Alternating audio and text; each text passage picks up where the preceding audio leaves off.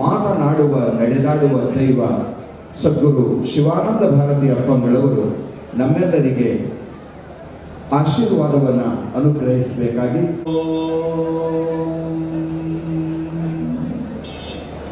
ಓಂ ಶ್ರೀ ಸಿದ್ಧಾರೂಢ ಪರಬ್ರಹ್ಮಣೇ ನಮಃ. ಜಗದ್ಗುರು ಸಿದ್ಧಾರೂಢ ಮಹಾಸ್ವಾಮೀಜಿಯವರ ಚರಣಾರವಿಂದಗಳಿಗೆ ವಂದಿಸಿ, ಜಗದ್ಗುರು ಗುರುನಾಥಾರೂಢ ಮಹಾಸ್ವಾಮೀಜಿಯವರ ಚರಣಾರವಿಂದಗಳಿಗೆ ನಮಿಸಿ, ಜ್ಞಾನ ವೇದಿಕೆಯಲ್ಲಿ ಅಲಂಕೃತರಾದ ಮಹಾತ್ಮರಿಗೆ ನಮಿಸಿ, ಮಾತಾಜಿಯವರಿಗೂ ವಂದಿಸಿ, ಈ ಕಾರ್ಯಕ್ರಮದಲ್ಲಿ ಪಾಲ್ಗೊಂಡಿರ್ತಕ್ಕಂಥ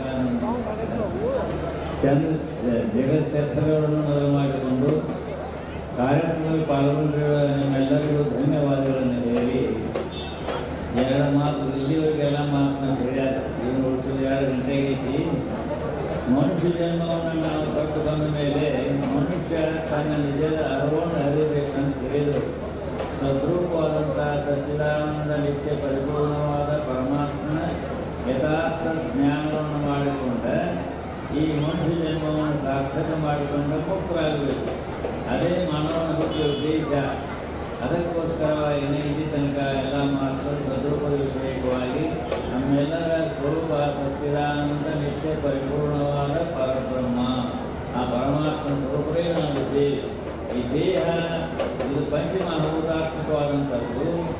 ಈ ದೇಹವನ್ನು ಧಾರಣ ಮಾಡಿಕೊಂಡು ನಮ್ಮನ್ನು ನಿತ್ಯ ಆನಂದದಲ್ಲಿರ್ತಕ್ಕಂಥ ಆತ್ಮದ ಅರಿವನ್ನು ಗುರುವಿನ ಮುಖಾಂತರವಾಗಿ ಅರ್ಥ ನೀವೆಲ್ಲರೂ ಧನ್ಯರಾಗುವಂತೆ ನನ್ನ